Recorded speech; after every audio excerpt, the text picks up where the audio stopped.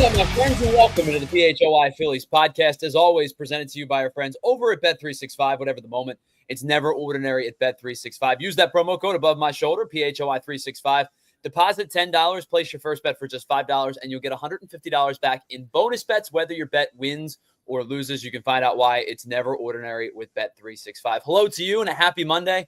I hope you had an excellent weekend. Tyler Zulli back with you. Big thank you to Jamie Lynch and Andrew Frazier for holding down the fort on Friday afternoon as I took a little bit of a long weekend to have a golf weekend with some buddies. But I am back. I am burnt. So whoever posted in our chat on Friday afternoon to apply sunscreen, I didn't apply enough. You are correct. It was a good call by you. The hater said I couldn't do it. They were absolutely correct.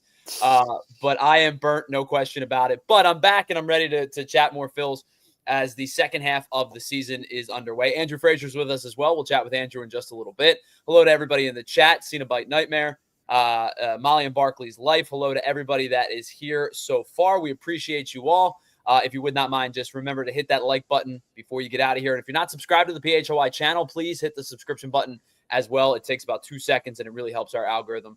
Let's get into a lot. We've got a lot to talk about. The big news, of course, is the signing of David Robertson. We'll do that in just a moment. We have to talk about the article that was posted just recently that said that the Phillies may be the front runner. And I don't say front runner in terms of meaning that they're likely to the most likely to acquire a player, but they seem to be one of the teams that's willing to kind of go all out to push the chips in for Mason Miller. So we'll talk about that in a little bit. We'll get to our mystery player of the day.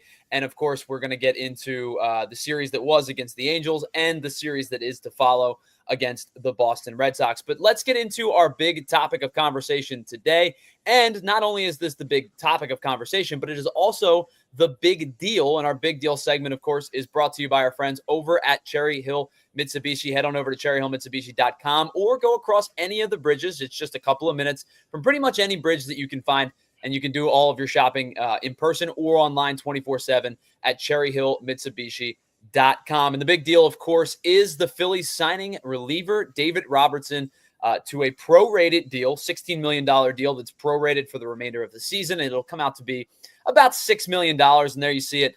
David Robertson's numbers from a season ago, 68 appearances, a 3-flat ERA. The strikeout rates are really, really good, 99 strikeouts and 72 innings pitched. The walk rates are really not so good, 27 walks in those 72 innings pitched. We'll talk a little bit more about that, but you see a 1.111 whip. Yeah, that's not a typo. It is exactly a 1.111 whip from a season ago. We give up 53 hits. Pretty much cutter curveball for David Robertson. 90% of his pitches are either cutters or curveballs. He'll mix in the slider. He'll mix in a four-seam, but you see his numbers there. You see his baseball savant page. Some really, really good. A lot of high red. As I said, high strikeout rate. Puts him in above the 95th percentile from a season ago. Low walk rate below the 30th percentile. Doesn't get barreled a ton. Doesn't get hit hard a ton. Expected numbers usually match kind of what David Robertson does on any given year. So what I think David Robertson brings you is stability. And I said this with Andrew, actually, on the morning show today, along with Bill Matz and BG, who are filling in for Anthony Gargano, that stability is what you're getting out of David Robertson. This is not a world-changing move. This is not a back end of the bullpen, bring in a flamethrower, bring in a Clase or a Miller or a Duran type of move. This is a move that signifies the Phillies understand their shortcomings.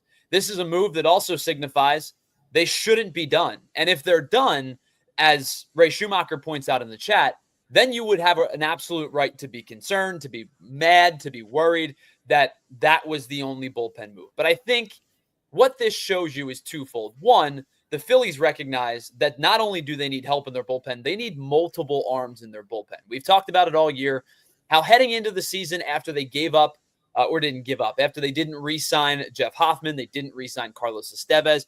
Really, the only name of note that they brought in was Jordan Romano. And I know they signed Joe Ross, but he was expected to be a front-end guy anyway, and he's actually been somehow worse than what even my low expectations were. But I think even heading into the season, most of us as Phillies fans recognize the Phillies' shortcomings in their pitching staff was the bullpen and was the fact that they needed at least one other arm. Then Jose Alvarado gets suspended for 80 games and misses the postseason. And that's why we talked about the 80 games really stinks. But the bigger downfall to this whole thing is that he's going to miss the postseason, that you're out one of your, if not your highest leverage pitcher, certainly your highest leverage lefty heading into the postseason. So now you're 2 arms short. And so what I think Dave Dombrowski and John Middleton in the Phillies front office looked at and saw this and said, we recognize the deficiencies that we have in our bullpen. This bullpen was taxed this weekend.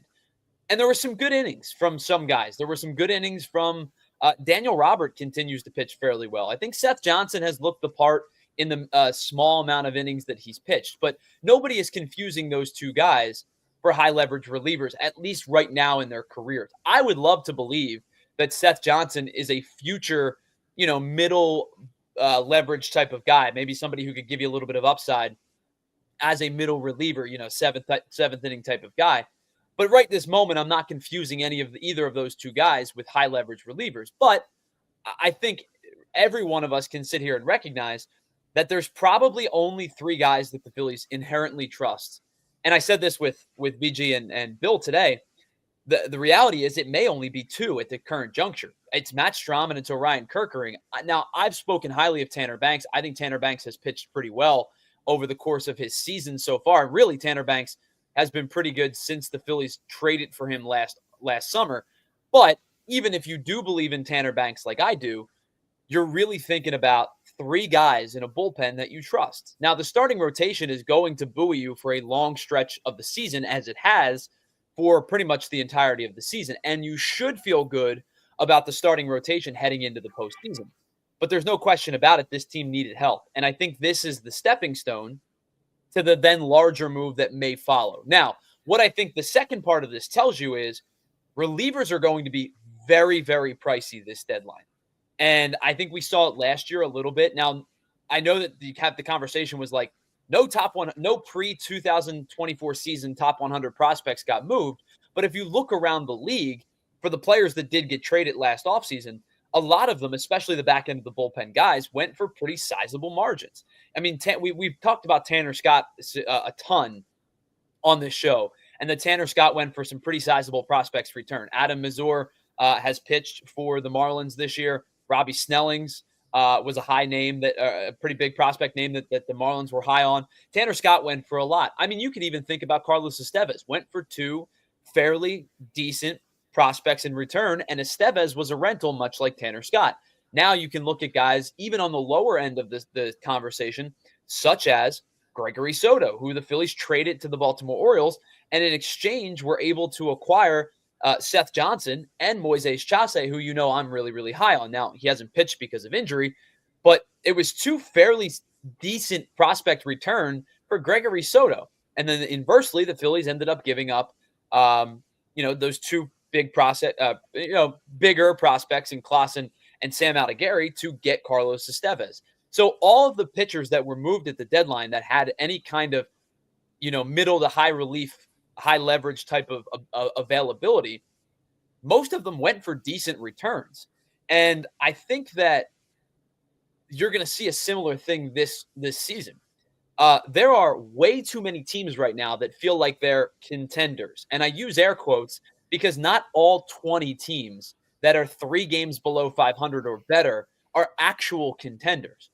But I think in the next 10 days, the question is, how much are we going to find out about these teams that separates themselves as contenders or pretenders? And I think Linda brought it up in the chat earlier, talking about rooting against the Guardians, the Orioles, the Twins, right? Like, we're playing this game of, hey man, if you're about 500, crossing our fingers, can you lose? Can you lose 9 out of your next 10? Can you drop from 2 games under 500 to 10 games under 500 between now and the All-Star break to prove that you're a seller and not a buyer, or at least a stand patter?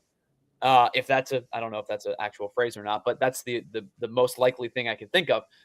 But there's so many teams right now. It's like every team in the AL Central. It's every team in the NL Central. It's almost every team, with the exception of the Pirates, of course, and the White Sox. It's almost every team in the NL West, with the exception of the Rockies. Like, there are 3 divisions with really dreadful teams at the bottom. And Excuse me. And then 4 teams that are either actual contenders, like you think about the NL Central with the Brewers and are the Cardinals a contender? Maybe, maybe not. Are the Reds a contender? Maybe, maybe not. But I know the Brewers and the Cubs certainly are.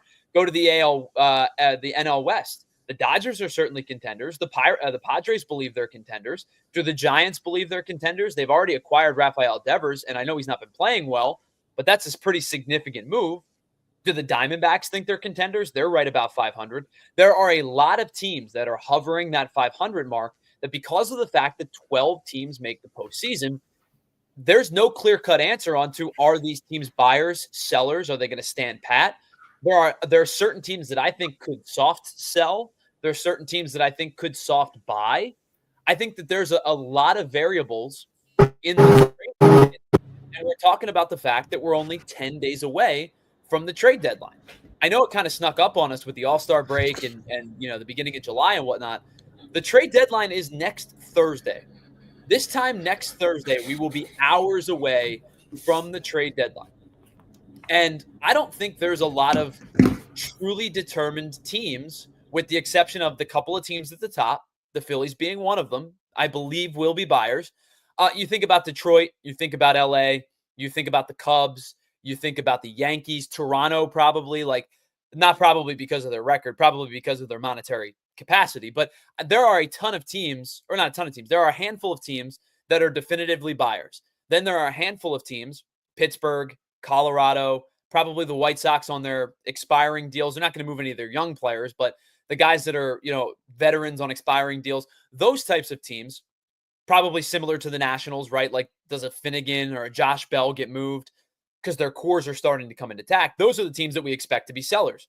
But there is a large portion of baseball that I got no idea that what they're going to be or what they're going to decide to do at the deadline. And a lot of those teams have pieces that might help the Phillies, whether it's bullpen or it's outfield or whatever you believe is the bigger need. I think a lot of those teams have not quite determined yet what they're going to be. And so I think the acquisition of David Robertson is a look ahead to say, listen, we understand we need to acquire a bullpen piece, and probably somebody who's capable and has the ability to pitch, not just in the 7th inning, but we're talking more about the 8th and the 9th inning. And I think the Phillies are well aware of that, and I think Dave Dombrowski is well aware of that. But I think they are looking at it and going, we're not quite prepared to move all of our big prospects for 2 relievers. So instead, let's spend $5.5–6 million and bring in David Robertson. And so what you get with David Robertson is an understanding of the type of pitcher that he is going to be. Now, I think people look at him and go, he's 40, really? Like, is a 40-year-old really going to salvage the season? It's not about salvaging the season. I think it's about bringing in a fresh arm and somebody who hasn't thrown a ton of innings, and B, it's somebody that you can trust in between your starting pitching and the 2 or 3 guys that currently you believe that can play. And so for Robertson's case, you know what David Robertson is. As I said, high strikeout rates. If you take a look back over the course of his career, he's had high strikeout rates. In the last 3 seasons that he's pitched even, he's been in the 86th percentile or better in each of the last 3 seasons. And you're talking about his age, 37, 38, and 39 seasons. This guy continues to punch out a lot of hitters at a high rate despite being 40 years old. What you also know is his walk rate is fairly low, or his walk rate is fairly high. His percentile is fairly low. He's been in the 43rd percentile or worse each of the last 5 seasons, and twice in his career has been in the 5th percentile or worse. So when Robertson runs into trouble, more times than not, it's because of the fact that he's walking guys, not because he's giving up hits or is he allowing a lot of hard contact. He limits hard contact. He strikes out a lot of batters. He misses a lot of bats, but the problems will arise if or when he runs into trouble with his command. Now, I will say this. What Robertson brings you is a guy who has the ability to pitch against both lefties and righties. Now, last season, he was better against righties than he was against lefties, but over his career, he actually has a better opponent batting average. It's 187 against lefties, and he has a better strikeout rate against lefties than he does against righties as well. So it's somebody that you can trust for a full inning as opposed to trying to play a matchup game. Now, I think Rob Thompson loves his matchups, and he's probably going to use him against righties as much as he can. But Robertson using that cutter as his primary, fastball, if you will, he has the ability to run it in on hands and get a lot of broken bats and swings through and things like that he feels comfortable against lefties. Now, I will say this because I was curious what his numbers were because JT Realmuto was pretty adamant about bringing a guy like David Robertson back. I was curious what his numbers were with JT Realmuto over the time that the two played together. So as of this moment, there are currently 11 catchers, or not currently, throughout Robertson's career, 11 catchers who have caught more innings from David Robertson than JT Realmuto. I think that's enough of a sample size to tell you that he's in, the top 12 of innings caught all time for a guy who's had a pretty sizable career. Here's the one thing that I will say. I'm going to give you the numbers, and then I'll give you the reason behind it's not that big of a deal. Only Jorge Posada, Brian McCann, and Tyler Flowers have worse ERAs with Robertson pitching than JT Realmuto does.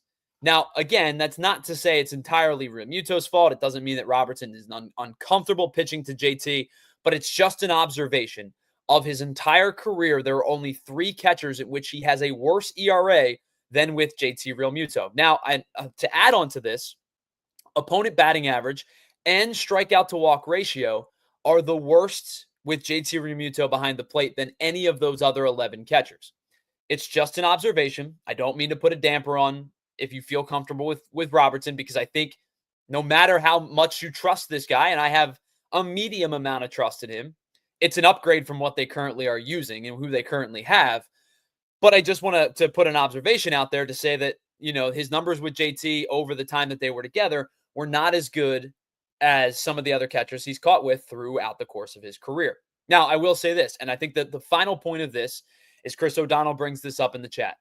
This feels like a move, not the move. And that's why I started today's show with this. If it's the move, you have every right to be pissed off because this is not the move type of move.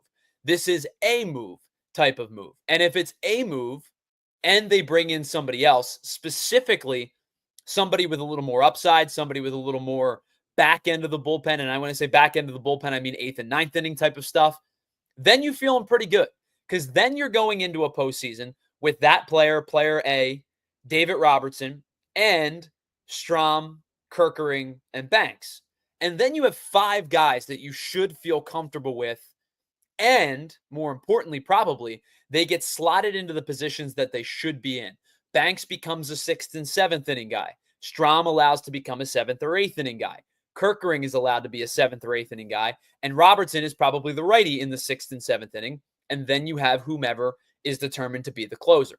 That is structure. And I have talked about structure on the past in this show. It's not something that I feel is utterly important. And when I say structure, I mean like definable roles, because I've always been a big believer in the next 3 outs are the most important 3 outs to get. I've also always been a big believer in, I don't believe in naming somebody the closer just by doing it nominally. I believe in naming somebody the closer if they've deserved and have earned that role. And so far, over the Rob Thompson era of Phillies baseball, there's really only one guy who has been a definable closer in not just the Phillies bullpen, but when acquired. And it was Carlos Estevez. Now, Alvarado, you could say deserved to be in that spot because of his stuff. But I do know that Rob Thompson likes to use Alvarado in high leverage situations to get outs because he has strikeout stuff and the ability to get out of danger when he puts himself into it. Kerkering may eventually become the type of closer that you're looking for out of a high leverage reliever. But I think over the course of the last 3 seasons, really the only guy who's come in and been a proven closer is Carlos Estevez. I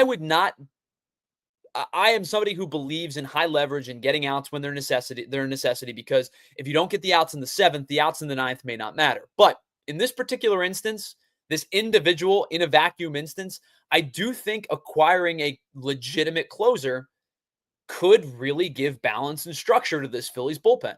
I think it allows all of the guys that go beneath the closer, whether it's a Clase or a Miller or a Duran or a Helsley or a Fairbanks or whomever you believe to be that guy, Bautista, it allows everybody else to go and slot where they're supposed to be. And I think that has the merit to the structure of the Phillies bullpen. All right, so that's our big deal segment brought to you by our friends over at Cherry Hill Mitsubishi. Head on over to any of the bridges, just on the other side of any of the other bridges for that matter in Cherry Hill, or head on over to cherryhillmitsubishi.com to shop 24/7 for their largest selection of Mitsubishi inventory. All right, on the other side, we're going to get into yesterday's game and this weekend's series against the Angels. Want to talk about Ranger Suarez. Listen, I'm not concerned about Ranger. It was one bad outing, in the course of his season. It was really the first bad outing since his first outing. We'll talk a little bit more about that.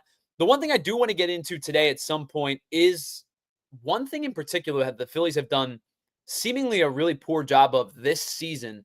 And it reared its ugly head this weekend. And it actually ended up being in the game that they won, but it's not something that's easily forgettable. And of course, we're going to get to our mystery trade of the day, as we always do, as we are just 10 days away from the Major League Baseball trade deadline. It's the PHLY Phillies podcast, brought to you by our friends over at Bet365. We will be right back after this.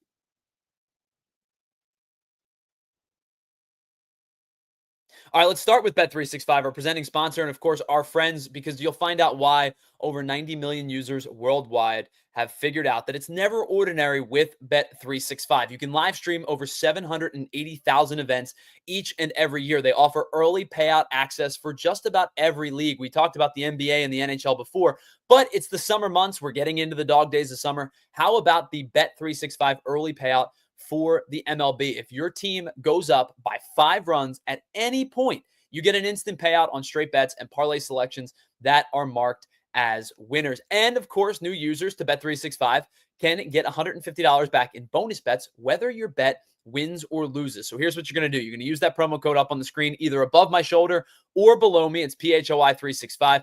Deposit just $10, place your first bet for $5, and you'll get $150 back in bonus bets, whether your bet wins or loses. You can use that bonus bet money on player props, parlays, teasers, anything really that gets you into the betting spirit. You can use those bonus bets on futures. The NFL is coming up in just a little bit. You can bet on who's going to be the champ. Is your hometown team going to repeat? You can use that bonus bet on that as well. And of course, it must be physically located in PA. If you or someone you know has a gambling problem and wants help, please call 1-800-GAMBLER. All right, listen, you know me. I've talked about this for a long time now. I need my sunglasses just about everywhere. As I said, I was on the golf course 2 rounds in 2 days. I'm not going to lie to you. My neck's a little sore. I'm a little bit stiff from playing 36 holes in 2 days and shooting not well. We'll leave it at that. But I need my sunglasses when I'm outside for just about anything. But have you ever had that moment? You know that moment, the one where you're sitting on the beach. You decide, hey, I'm going to get up. I'm going to go to the water. I'm going to go in the waves, maybe boogie board, maybe skim board, whatever it might be. And all of a sudden, a wave comes up, hits you in the face. Oh, no, where are my glasses? Where'd they go? Well, they're gone. They belong to the ocean now. But the good thing with Shady Rays, you know for a fact that you are going to get the best protection in all of eyewear. Whether it's lost, broken, or damaged, you can get that replacement plan guaranteed on every pair of Shady Rays that you buy. And of course, you want to look good while you do it. There's incredible look to them. You can get them in just about any style possible. Polarized lenses, which I need. They're durable. They're not crazy expensive. And of course, you can wear them just about anywhere. Hikes, concerts, on a boat, in the ocean. Don't worry about it. Shady Rays is the eyewear that has your back. And we've teamed up with Shady Rays to bring you an exclusive offer. Head on over to shadyrays.com. Use that promo code PHLY for 35% off a pair of polarized sunglasses. Try for yourself the shades that are rated 5 stars by over 300,000 people. Welcome back to the PHLY Phillies podcast. Hello to everybody in the chat. Ray Schumacher, K-Red, Chris O'Donnell, Molly and Barkley's Life, Linda. Who else has been here so far? Really appreciate you all. Sino Bitemare. Hello to everybody. Thank you so much for being a part. Yes, we played on Friday and on Saturday, and I am a little bit sore. I'm not going to lie to you. Don't ask me what I shot. It wasn't good. But anyway, it was a lot of fun. So we're going to get into Rangers start in just a little bit. We're going to get into our mystery trade segment in just a little bit as well. But we're almost 25 minutes into the show, and I have not had a chance to check in with our second member of today's show. That is our producer and co-host, our buddy Andrew Frazier. Yo. How you doing? All right, well, I know you guys talked a lot about it on the morning show today. I didn't get a chance to hear your thoughts, though, on the David Robertson signing. I said a lot. Curious your thoughts on bringing in David Robertson at this point. Third time's a charm, right? You got to be, right? I mean, How it it becomes goes, about right? the fourth Philly ever to be on the team 3 separate times. Yeah, right. No, I agree with you and everything that you were saying just earlier.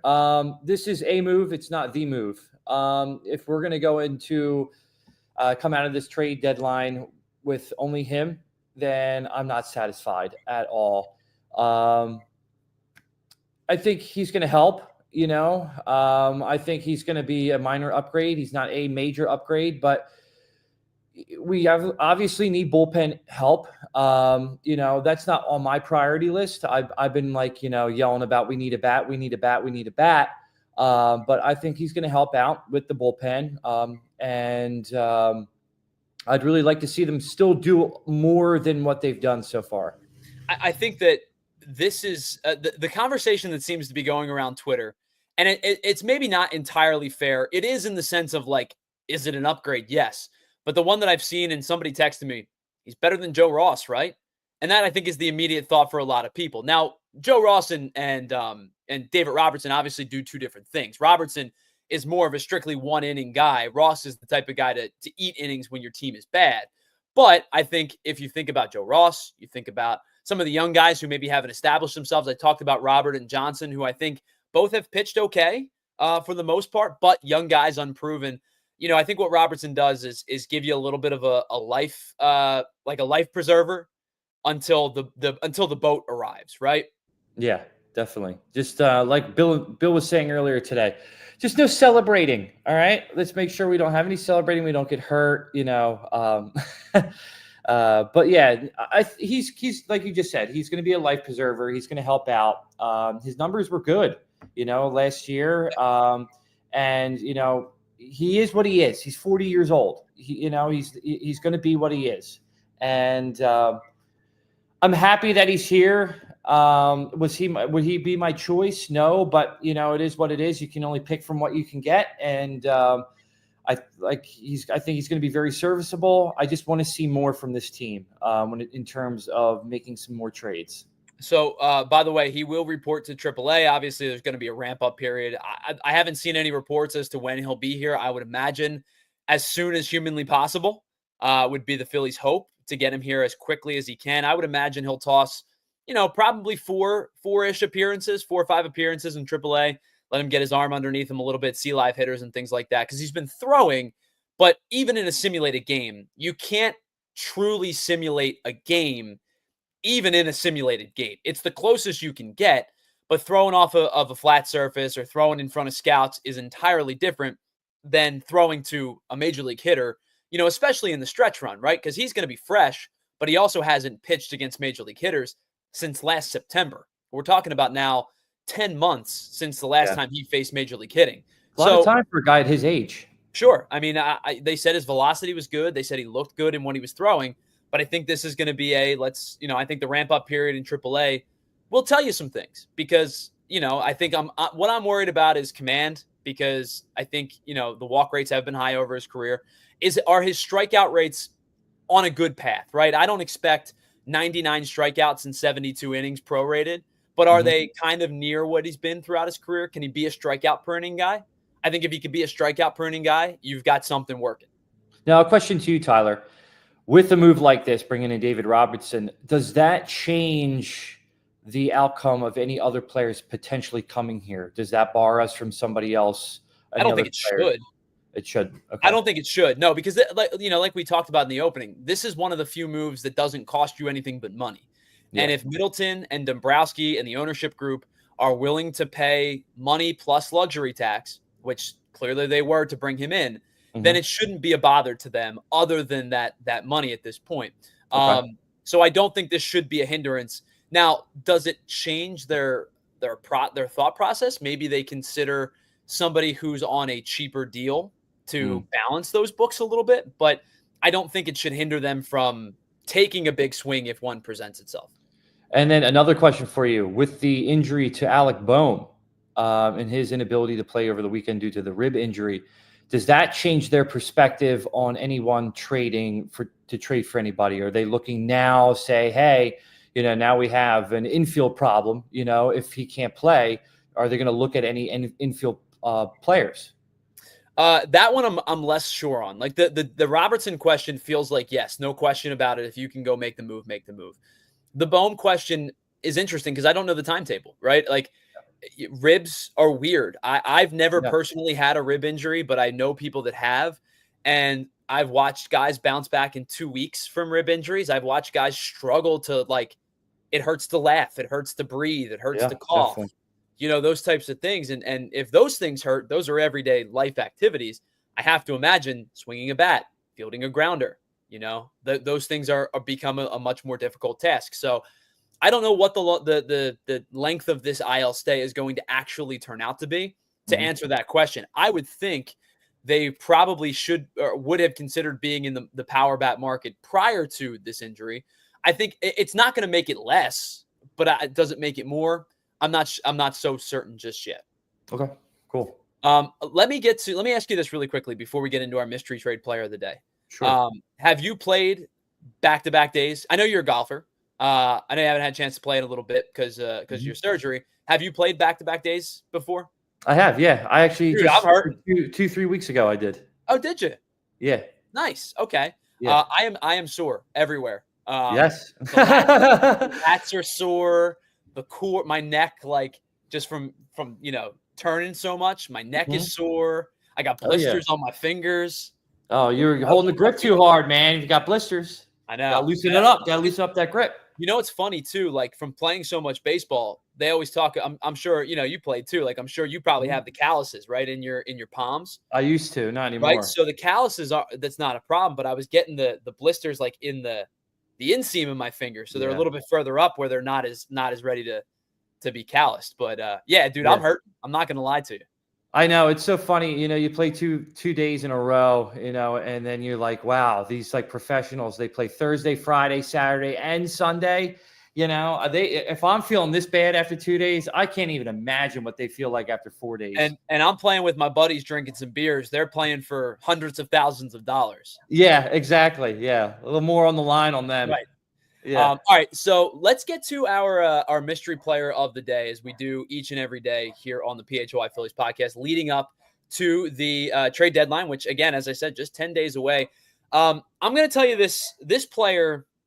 Sometimes you want a player and it ends up they don't sign with your team, and it's a good thing that they don't because they don't play well. Or sometimes you want a player and they don't sign with your team and they end up playing well. This was the player that I kind of eyed up in the offseason, not for a major league roster spot, but as a non-roster invitee to camp. This was the guy that I was willing to take a look on a minor league deal. I think he's proven in the past that he has a good propensity to get on base, a solid enough player. I thought this was the type of guy who could be a true fourth outfielder type of guy for the Phillies. And I bring that up because you can see on his Baseball Savant page and the numbers that he's posted. He did sign a minor league deal with a different team, didn't end up playing for the majority of the first 2 months of the season, has really kind of taken off in June and or late May to now into the late portions of July. So his Baseball Savant page is going to be a lot of not qualified because he doesn't have the prerequisite number of at-bats, but you see some of the good that he does there. He doesn't chase a lot. His walk rates are good. He hits the ball hard on average. His expected numbers are pretty much right around where his real-life numbers sit. And you can see the slash line there in 47 games, hitting 289, on-base percentage closing, closer to 400 than it is to 300. Slugging's okay, but the OPS has been really, really good at 847 in a small sample size. 18 extra base hits, 25 RBI, 5 home runs in 47 games. So the power is not crazy for this guy, but it's the type of player who gets on base, does a decent job of working at bats. Strikeout rates and whiff rates are right around league average, maybe a little bit behind, and does a good job of working at bats and being a professional type hitter. Now, he signed a 1-year deal, as I said, has a year of arbitration left. So if he were to be traded, the Phillies would then have like right of first refusal, much like they do with a lot of arbitration players. And they would have one more chance at arbitration or signing him before he became an unrestricted free agent. So this guy has bounced around the league a good bit, Andrew. He actually also found himself playing overseas for a season, kind of revitalized his career a little bit. and signed a 1-year deal this past offseason. And I think the reason as to why he signed with this team and not maybe one of the more contenders was because I believe they did offer him an actual chance at a major league deal. As I said, didn't play the first couple of months, but really has taken off since then. So I'll ask you, like I ask every time we play our mystery trade partner, definitely interested, kind of interested, or not at all interested? I'm kind of interested in this player. And the reason is because he's a base eater. I love the fact that this guy can get on the base. I love that 289 on base, his average, and then his on base percentage being that 847, I think is great. Like you said, I mean, the power is low. So if you're looking for that impact guy right away, that's going to be hitting home runs, big dingers, and getting guys in, this is not going to be your guy. But if you're looking for somebody who's going to score those guys, those runners in scoring position, this is a guy who's going to help out with that. And that's a big problem that the Phillies have, is getting those guys in.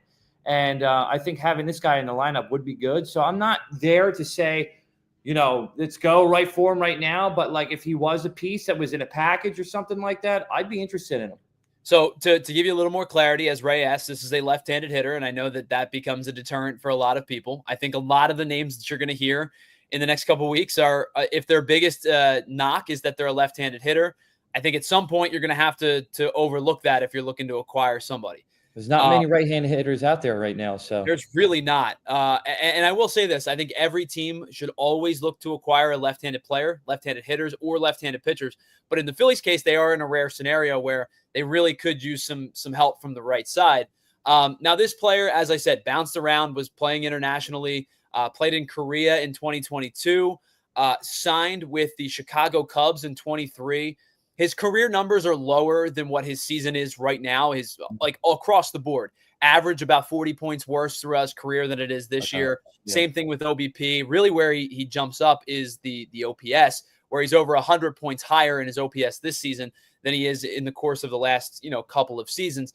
But I think this is the type of player that is serviceable, and yeah. I also believe that you're not giving up a whole lot for this guy because he's on a bad team. They're going to look for prospects. I think just not any type of prospect. You're not going to strong arm them into saying, take our 80th ranked prospect.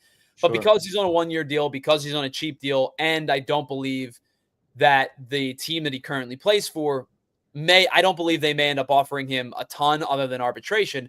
I think he could be had for a tier 2.5, tier 3 type of prospect.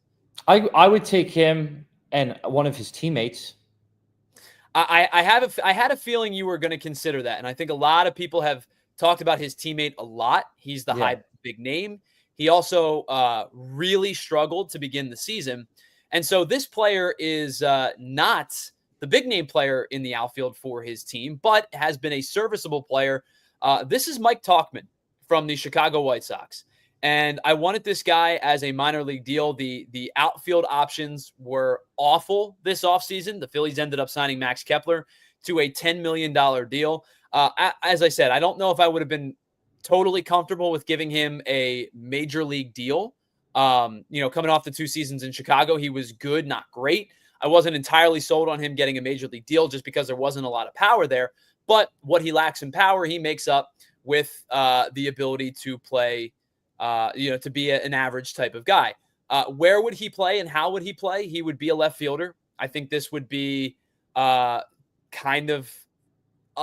not saying it would be a lateral move. I think it would be a different player than what Max Kepler is right now, who's low average, whose power has not materialized as much as we had hoped.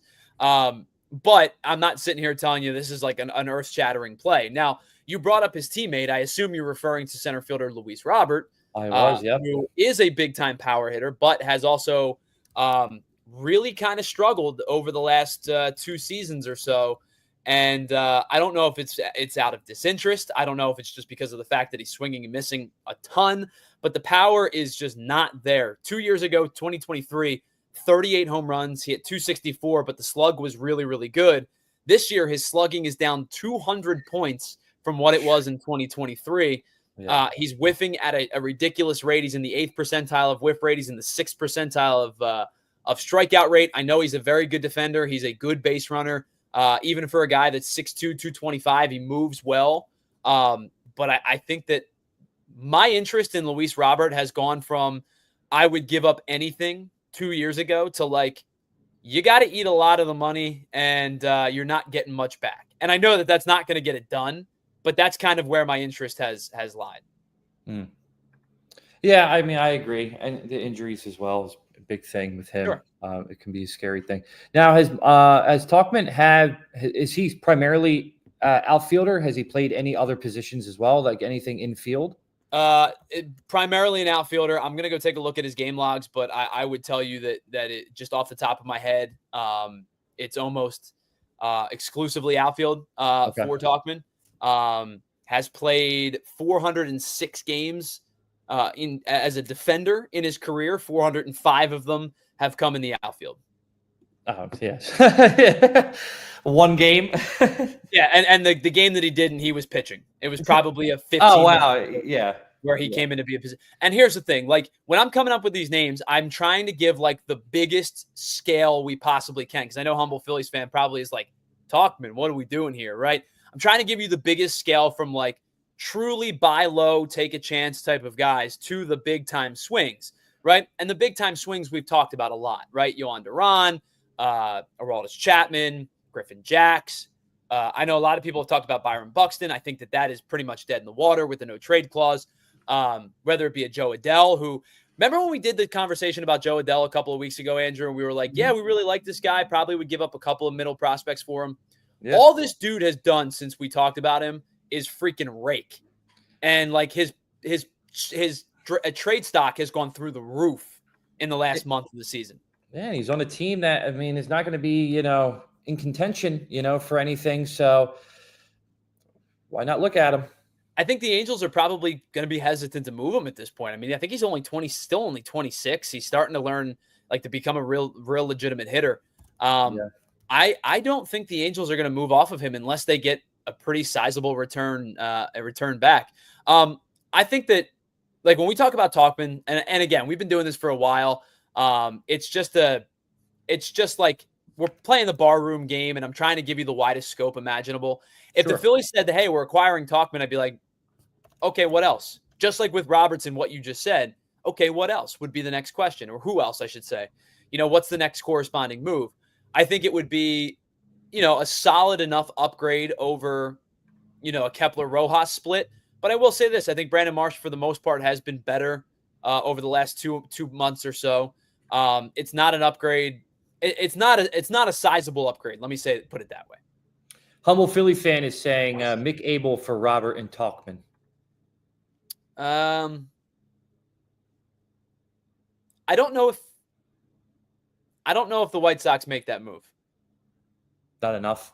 I'm not sure. I don't know. I would love to. We're going to talk to. I'll get Sean Anderson on the show in the next week or so because he covers the White Sox for CHGO.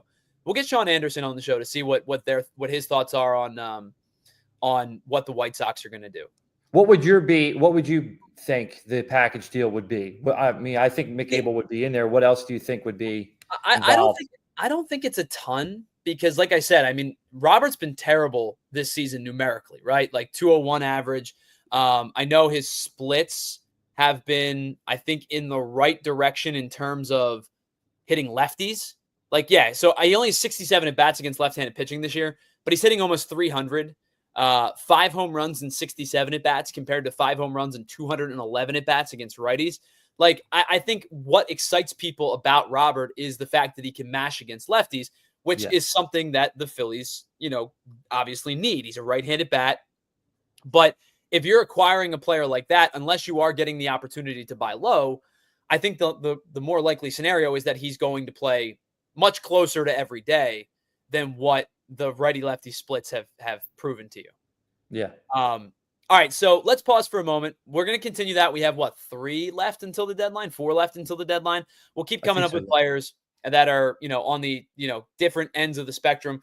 But we'll pause for just a moment. On the other side, we're going to get into something that's been bothering me for a while now about the Phillies, and it kind of reared its ugly head this past weekend against the Angels. It's the PHLY Phillies podcast brought to you by our friends over at Bet365.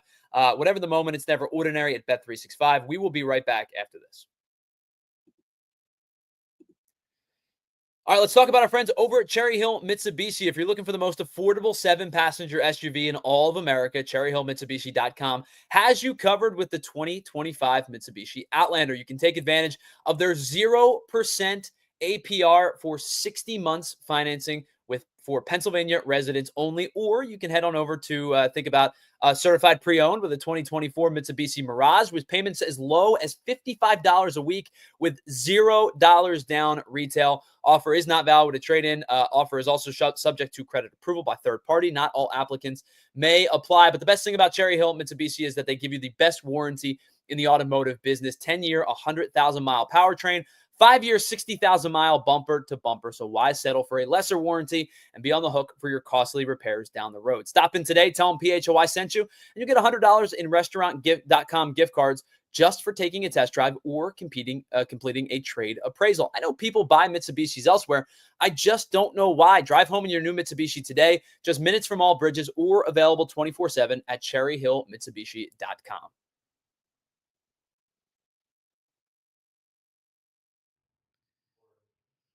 Oh, Tyler, I walked into my garage yesterday and it felt like a sauna.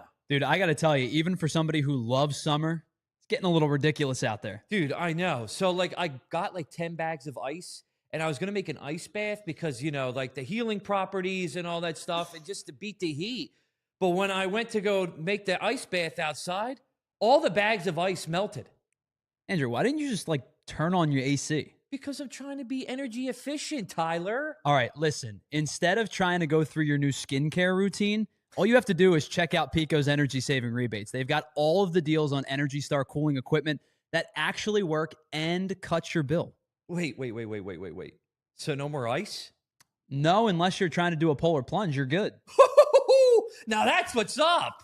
Just head on over to pico.com/ways to save. They've got tips for everything. Heating, cooling, lighting, you name it.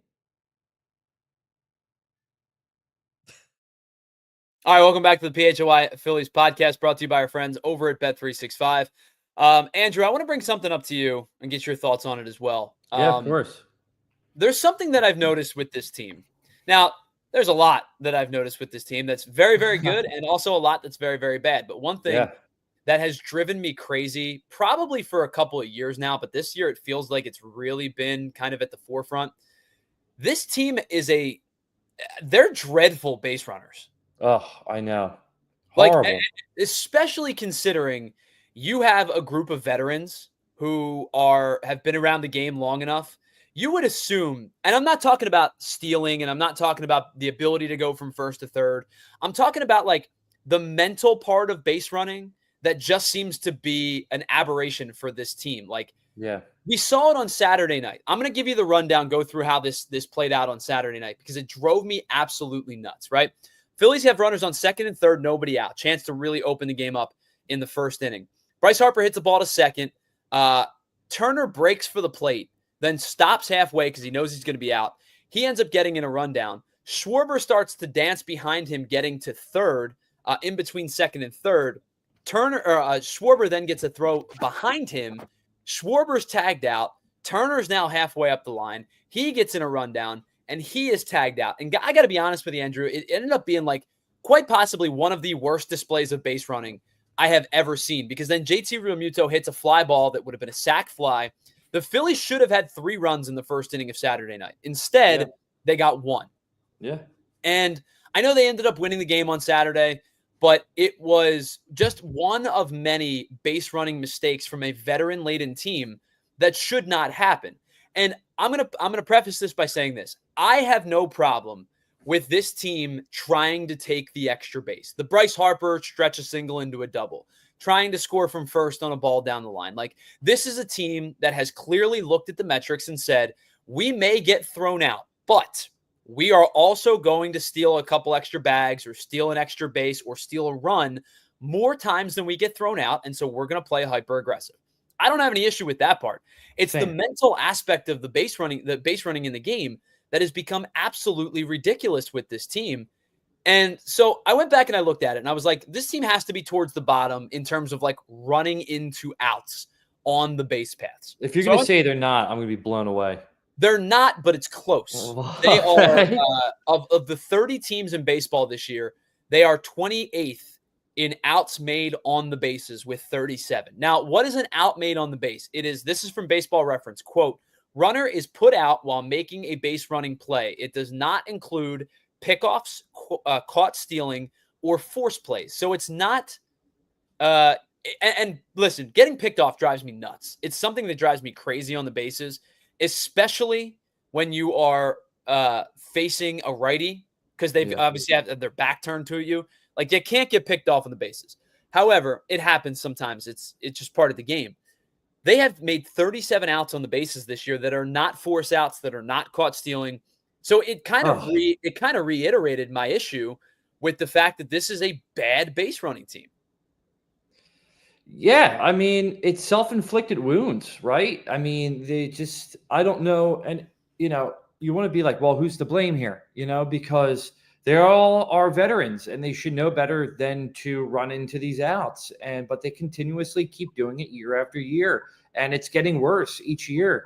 So, I mean, I don't know what's going on, who's telling them, that they can do this. Like you said, I have no problem with being aggressive on the base pads. I want to see steals. I want to see guys doing that stuff. I think that's great. But there's a difference between being aggressive and just being lazy or stupid.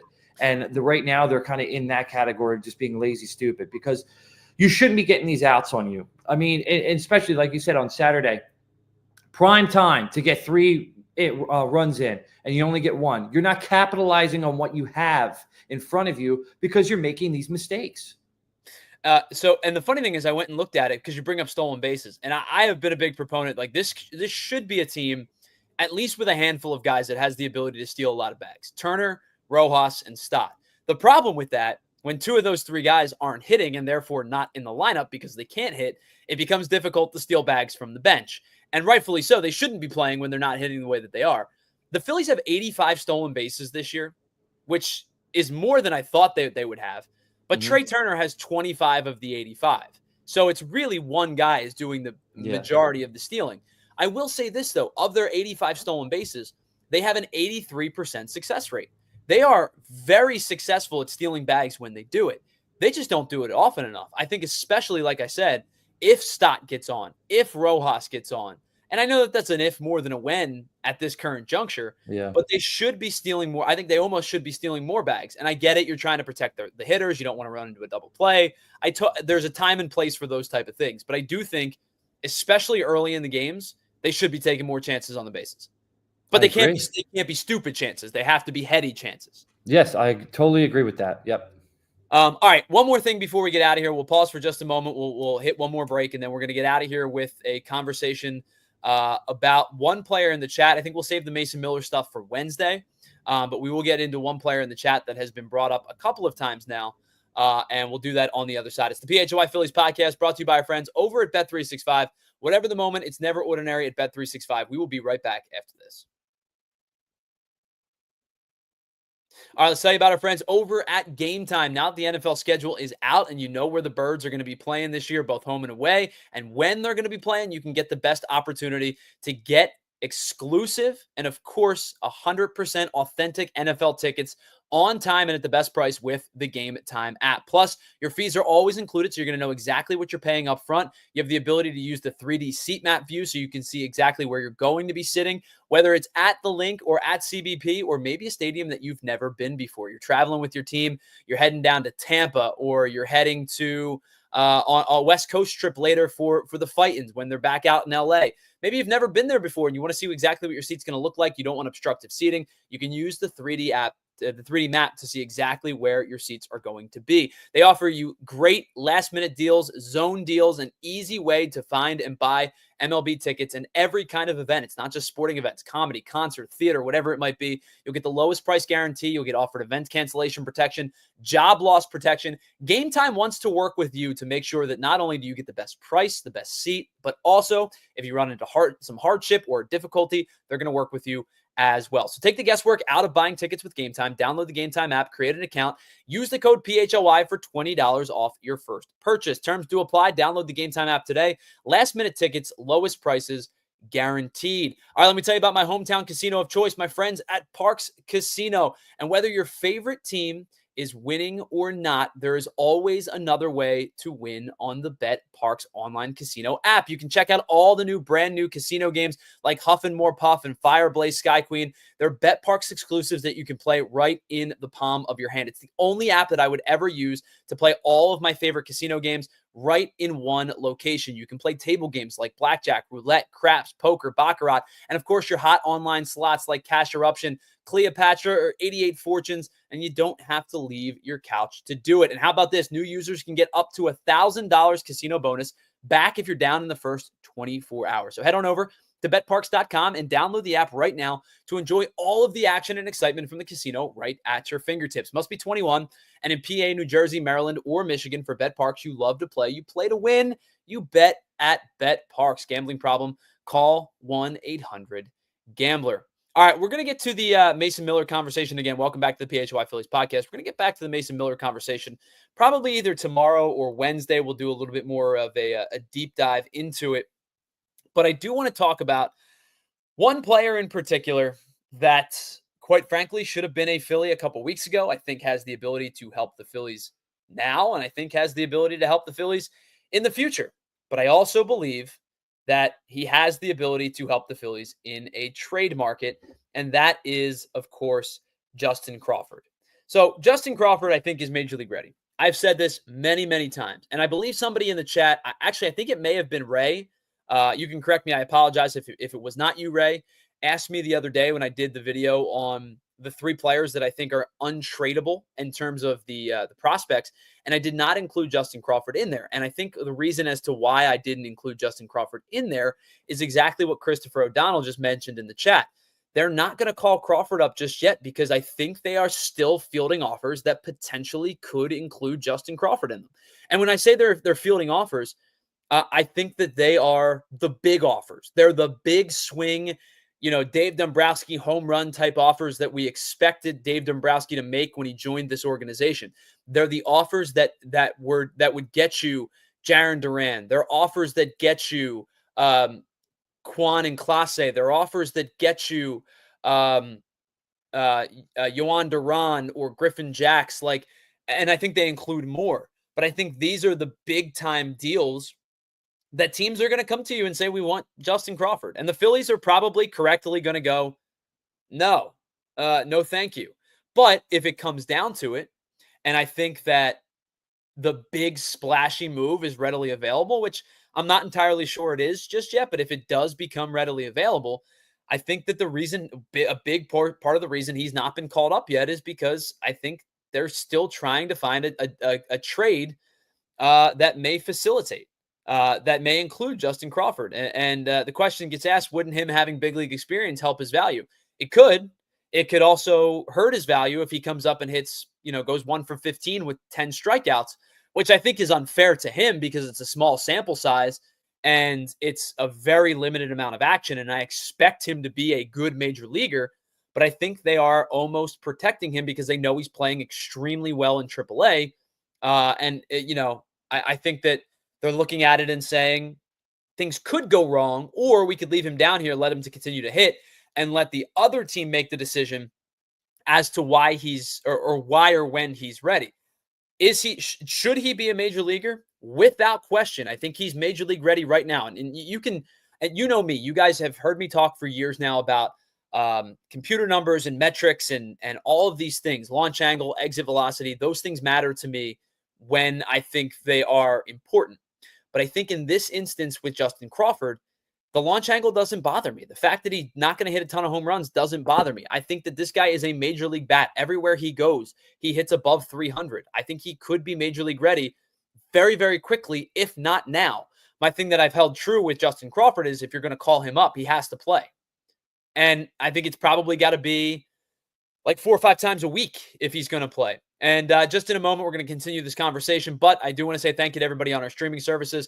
If you're watching on our streaming platforms, head on over to allphly.com. It is officially time for overtime.